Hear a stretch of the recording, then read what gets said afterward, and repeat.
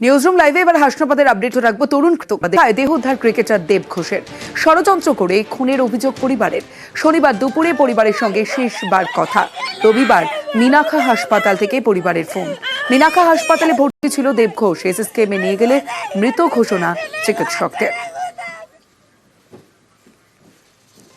এখানে কোনো শত্রু নেই, কলকাতায় শত্রু। ওর খেলার মাঠ থেকেই ওর শত্রু করেই মেরেছে।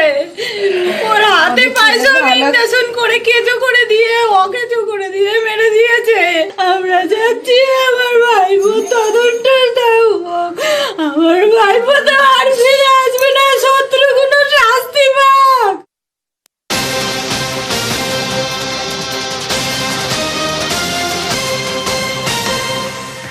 কিভাবে কলকাতা এসে নিখোঁজ হয়ে গেল তরুণ ক্রিকেটারের মৃত্যুতে একাধিক প্রশ্ন উঠে আসছে, কিন্তু তদন্ত কোন পথে জানাবে অমিত রয়েছে আমার সঙ্গে। অমিত, ইতিমধ্যে আজকে ময়নাতদন্ত করা হয়েছে। ময়নাতদন্তের রিপোর্ট হাতে এলে পুলিশের কাছে স্পষ্ট হবে এই তরুণ ক্রিকেটারের মৃত্যু কিভাবে হয়েছে। তবে পরিবারের তরফে ষড়যন্ত্র করে একটা খুনের অভিযোগ আনা হয়েছে এবং সেই সমস্ত অভিযোগের ভিত্তিতে তদন্ত শুরু করেছে হাসনাবাদ থানার পুলিশ। তোমাকে জানিয়ে রাখবো যে জেলা পুলিশ সূত্র থেকে যেটা জানা যাচ্ছে যে ওই তরুণের টাওয়ার লোকেশন ইতিমধ্যে করা হয়েছে পুলিশের তরফে। তাতে দেখা যাচ্ছে যে মিনাকা হয়েছে কলকাতা ভিএম বাইপাস সংলগ্ন যে সায়েন্স সিটি সংলগ্ন এলাকাতে যে পৌঁছে গিয়েছিল এই তথ্য কিন্তু টাওয়ার লোকেশন ধরে জেলা পুলিশ কিন্তু ইতিমধ্যে হাতে পেয়েছে।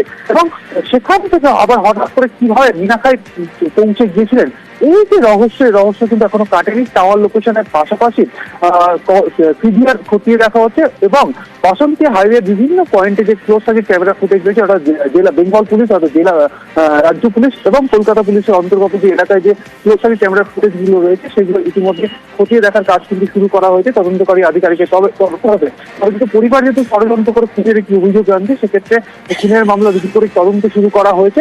মৃত্যুর রহস্য অর্থাৎ কি কারণে মৃত্যু হলো, যেহেতু এখনো পর্যন্ত শরীরের বাইরে আঘাতের কোন রকম চিহ্ন এখনো পর্যন্ত পাওয়া যায়নি, পুলিশ সূত্রে এমনটা দাবি করা হচ্ছে। সেক্ষেত্রে অন্য কোনো রহস্য রয়েছে কিনা মৃত্যুর ক্ষেত্রে তা ময়নাতদন্তের রিপোর্ট আসার পরে পুলিশের কাছে স্পষ্ট হবে। তদন্ত করে দেখা হচ্ছে পুলিশের তরফে। বেশ।